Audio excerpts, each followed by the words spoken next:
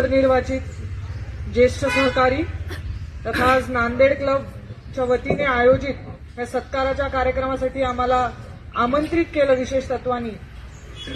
यामध्ये क्लबचे माननीय सचिव डॉक्टर मंत्र बोलण्यासाठी घेणार नाही। मी हे व्यासपीठ फक्त आपल्याला विनंती करण्यासाठी घेईन की येत्या काळामध्ये महानगरपालिकेच्या माध्यमातून कोणती कामं शहराच्या सुशोभीकरणासाठी आपल्याला करायची आहेत, त्यामध्ये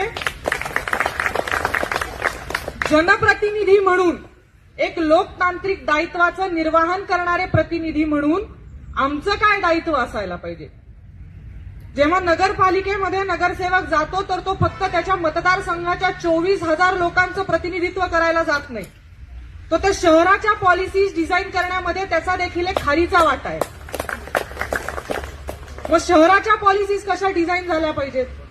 दोन वर्गामध्ये निवडणूक जेव्हा वाटली जाती तर एक असतात की टॅक्स पेइंग सिटीजन्स, जे करदाते, ज्यांच्यामुळे दिल्लीतली योजना सहयोग नगरच्या असेल, इंदिरानगरच्या असेल, गल्लीत पोचती। एक ते जे देवेंद्रजींना टॅक्स देतात, त्यांच्यामुळे योजना मुंबईपासून गल्लीमध्ये जातात। तर हा तो वर्ग आहे जो टॅक्स देतो, त्याच्यामुळे आयुष्यमान भारत योजना लाभार्थ्यांना मिळते। हाच तो वर्ग आहे ज्याच्यामुळे उज्ज्वला गॅस योजना लाभार्थ्यांना मिळते। हाच तो वर्ग आहे की इन्फ्रास्ट्रक्चर सुधारता मुंबईची शांघाई करू, ती शांघाई आज आपल्याला होताना दिसते।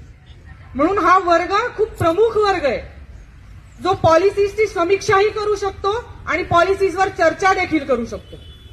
म्हणून हे व्यासपीठ मी सगळ्यांना विनंती करण्यासाठी घेतलेलं आहे की येत्या काळात आपल्या सगळ्यांच्या मार्गदर्शनामध्ये मला चांगलं कार्य करण्याची संधी, हे जे मनपाचं व्यासपीठ मला मिळालेलं आहे त्या माध्यमातून मिळावी। आपल्या सगळ्यांचे शुभाशीष, सगळ्यांचं मार्गदर्शन माझ्या पाठीशी सदैव राहो ही विनंती करून थांबते। वंदे मातरम।